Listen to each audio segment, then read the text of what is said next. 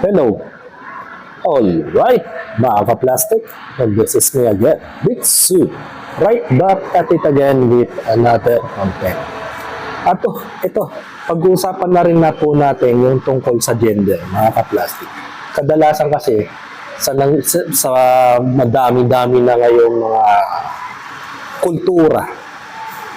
Actually, hindi po ito kultura. Para sa akin, mental disorder po itong kanilang nararanasan sa sarili. Na kung saan feeling nila sa sarili nila, mga ka-plastic, ay babaeng-babae na sila. O lalaking-lalaki na sila. Pero lingid sa kaalaman ng pagkatao nila, mga ka-plastic, ay may mentally disorder na sila. Na hindi nila matanggap-tanggap. Na meron silang lawit o meron silang dibdib kapag ikaw ay babae na nagpe-pretending na lalaki. How ironic na ikaw, pinipretend mo sa sarili mo na ikaw ay babae. Pero sumisiar ka pa rin sa mga lalaki. Ito kasi yung nagbabiral ngayon sa social media na kung saan ay nag-post si John Calderon nitong kahapon lang, July 21, 2024. Ang sabi po dito, mga ka-plastic, is, hello, ikaw ba itong nagpabarog o empleyado sa Uli Aliala Center Cebu for 2 hours because this server from Ulis called you, sir? My memory was so clear, kaya manuroy ni sa akong mami since 4 p.m. sa Ayala Center Cebu. Then, ninaog me sa elevator near Laylam. Then, we saw this employee doing parade. Since 6 p.m., I really thought, tag-iya ka and you were just discussing things with employees. So, we shrugged it up. Then, continue roaming around sa Ayala. Wala jud ko hinulutang. I told you my mom that it has been nearly 2 hours ngun ato kapos sa server facing his guy named Jude Bacalso.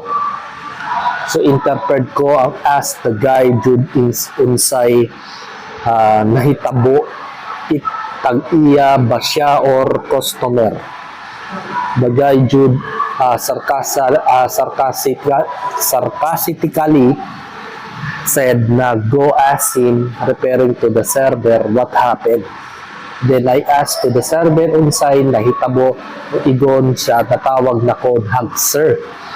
Diba? Magab Cebuano to eh. Sinawag lang po siyang sir. So ano masama sa sinabi ng waiter o ng server ng isang restaurant? Ako kasi marami ng karanasan na ka-plastic na marami na akong naging customer na lesbian, bakla, tomboy,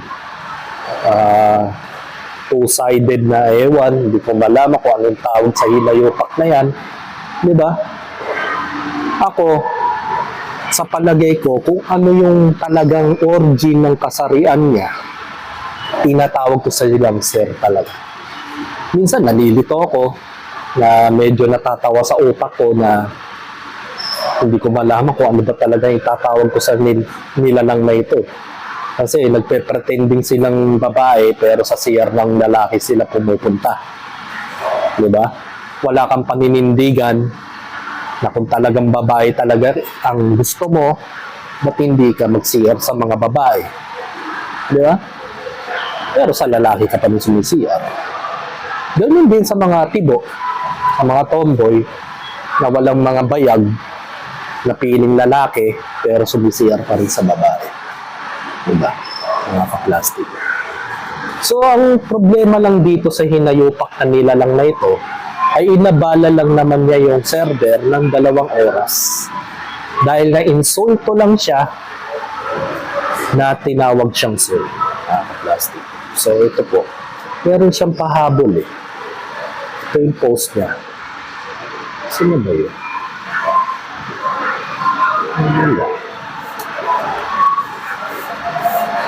Sabot na wala.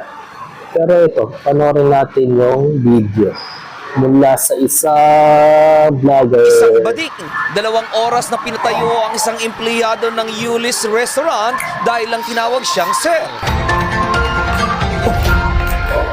Viral ang isang miyembro ng LGBT dahil sa pagpapatayo nito ng 2 oras sa isang empleyado ng Yulis sa Ayala Center sa Cebu na nakapared rest. Sa Facebook post ni John Calderon, inaabot ang pagkundina ang nasabing miyembro ng LGBT na nakilalang si Jude Bacalso, isang Cebu-based writer dahil sa ginawa nitong parus. Si Jude Bacalso, isa siyang nilalang na nagpapanggap na babae pero mentally disorder, mga ka-plastic. Diba? Magpe-pretend kang babae pero sa CR ka ng lalaki pumupunta. Dahil sa takot na makita yung malaking tinggel, doon ka sa inidoro pumapasok para yung tali mo, ikakalag mo bago ka umihi. Diba? Wala kang paninindigan eh. Pretending lang naman. Feeling mo lang na babae ka. Pero wala ka namang talagang rights na sumiar sa mga babae. Diba? Kaya ang hirap kasi yung susuporta ka sa mga LGBT na yan. Magpapalaganap kayo ng mga grupo-grupo nyo, sarili nyong kultura, tapos ganyan ang gagawin nyo sa mga tao na hindi ka tanggap ng lipunan, hindi ka tanggap ng mga ibang tao. Natawag ka lang sir, na insulto ka na. Eh talagang lalaki ka naman. Diba? Ano pinupoint of view nyo? Diba? Alam nyo sa sarili nyo na mayroon kayong pagkataong lalaki. Ipinanganak kayo at binigay ng Diyos sa iyo na mayroon kang dawit. Lalaki ka eh.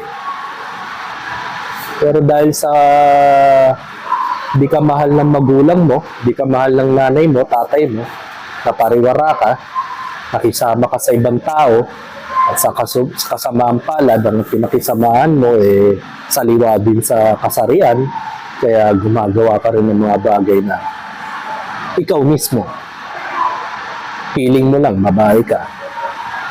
Pero tinitigasan ka pa rin kapag matutulog ka sa gabi, di ba? Ng madaling araw. Yeah. Sa isang waiter ng Yulis. Sa post ni John, sinabi nito na nangyari ang insidente noong July 21, 2024, bandang alas 6 ng gabi, kung saan napansin niya raw ang nasabing sitwasyon habang naglalakad-lakad sila ng kanyang nanay ng bandang alas 4 ng hapon. Pababa raw sila ng elevator nang mapansin nila ang nasabing eksena. Sinabi nito na nagalit umano ang LGBT member na si Jude dahil in-address ito ng staff ng SER. Buong akala niya raw talaga ay owner ng Yulis ang gay na si Jude at may dinidiscuss lang ito sa kanyang empleyado kahit hindi niya ito pinansin at nagpatuloy sila sa paglalakad ng kanyang ina. Ngunit hindi raw maalis sa kanya ang kanyang nakita kung saan napansin niya rin na mag2 oras nang nakatayo na nakaparade rest ang staff at nakaharap kay Jude kaya't nilapitan na niya ito at tinanong kung ano ang nangyari. Sarcastic pa raw nang sagutin siya ng gay na si Jude nang go ask him what happened. Nang tanungin niya raw ang waiter kung anong nangyari ay sinabi nito na nagalit sa kanya ang gay na si Jude nang i-address niya ito ng sir. Sinamahan niya raw ang... Bakit? Masama ba yun? Kayo, tanungin mo. Kung ikaw ay negosyante, o supermodizer, o kaya ano man. Ako kasi marami na ako na-encounter na customer na ganyan. So hindi maiwasan na talaga matatawag mo silang sir kasi nga lalaki na sila. Wala naman sila magawa.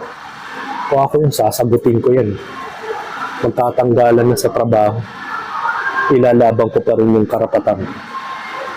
Alam ko sa sarili ko na lalaki siya. So, ano pinupunto niya? So, pakita mo yung pepe mo kung talagang babae ka.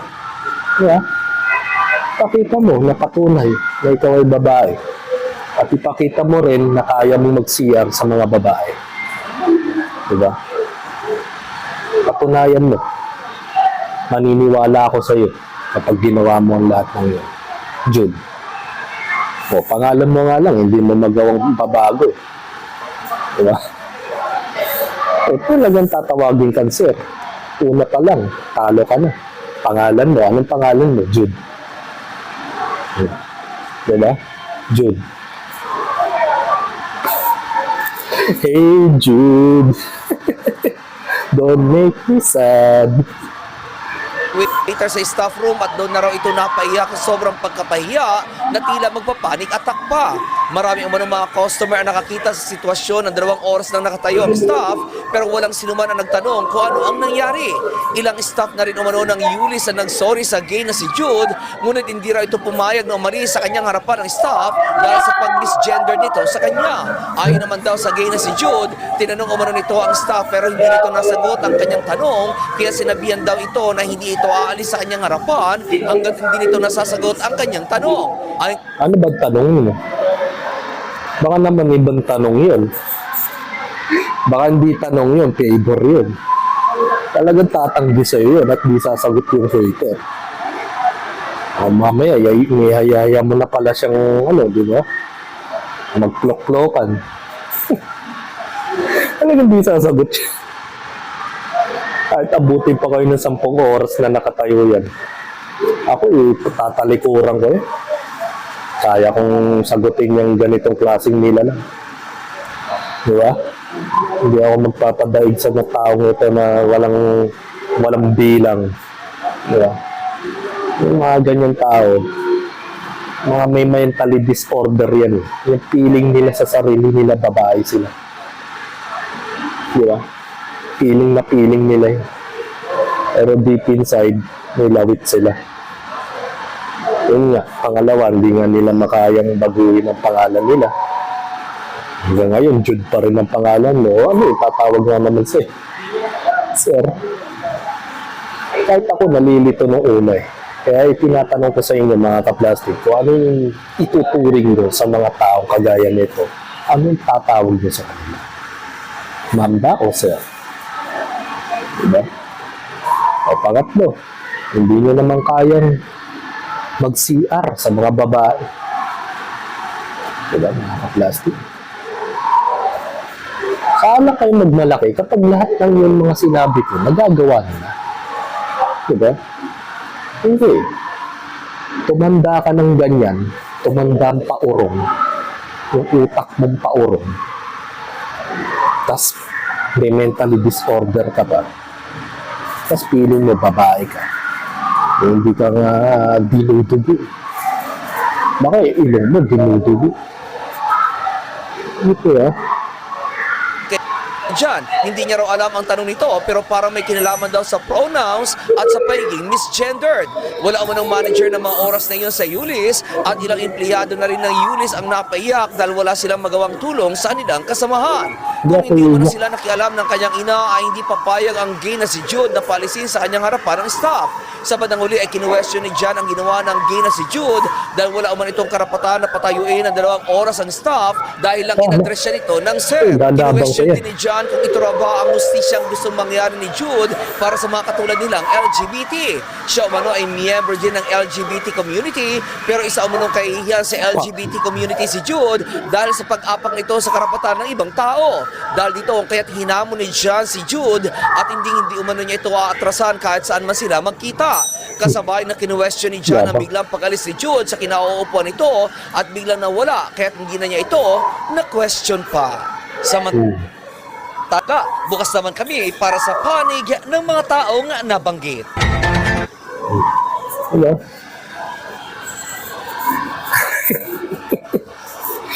Ano ba itong nangyayari sa Earth? Hindi ko na maintindihan kung bakit may mga nag-i-insist na tao, nag-i-exist na tao na kagaya ni Jude. Na feeling nila sa sarili nila, nire-regla sila. Nabubuntisin. Yun nga sabi ni Delo sa kanyang rap eh. Bakit nga ba dumadami pero di naman nabubuntis? Diba? Yung mga bakla na yan, dumadami, di naman nabubuntis. Alam mo kasi, yung mga ganyan tao, lumaki yan sa pariwarang buhay. Hindi nila maamin sa sarili nila dahil broken family sila. Kulang sa attention, kulang sa aruga ng magulang, kaya pinalaki na ganyan. Kaya kung sino-sino na lang yung pinakikisamahan hanggang sa naghalo-halo na sa utak niya yung feeling nila sa buhay, na feeling nila ganun sila, Feeling nila, babae sila. Diba? Kahit ganun din sa mga tomboy. Yabang na yabang ako sa mga tubo. Kala mo naman, may mga payag. Kaya naman ibubog pag pinatulan mo, di ba? Yung mga ganun bagay, no? Mentally disorder yan. Dapat dinadala sa mental yung mga yan. Diba? Malait na bagay, palalakihin. Sir tawag. Tama naman sir. Pangalan mo nga, di mo nga mapabago. Jude, ano yung gusto mo ipalit sa Jude? Judy? Judy yung tuyot. Pero ganun pa man, nakaka-plastic. Nagpahanggang ngayon ay meron pa rin ginagawang post si Jude Bacalso. Ito. Meron siyang latest post.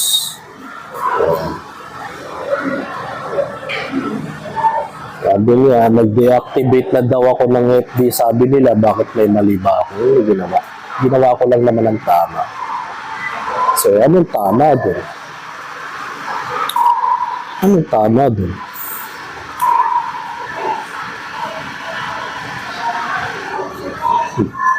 Yan yun, sabi niya sa latest post niya. Baga, hindi niya kasi matanggap sa sarili niya na lalaki siyang pinanganak. Talagang, wala na akong magagawa. Ganito talaga sa Pilipinas.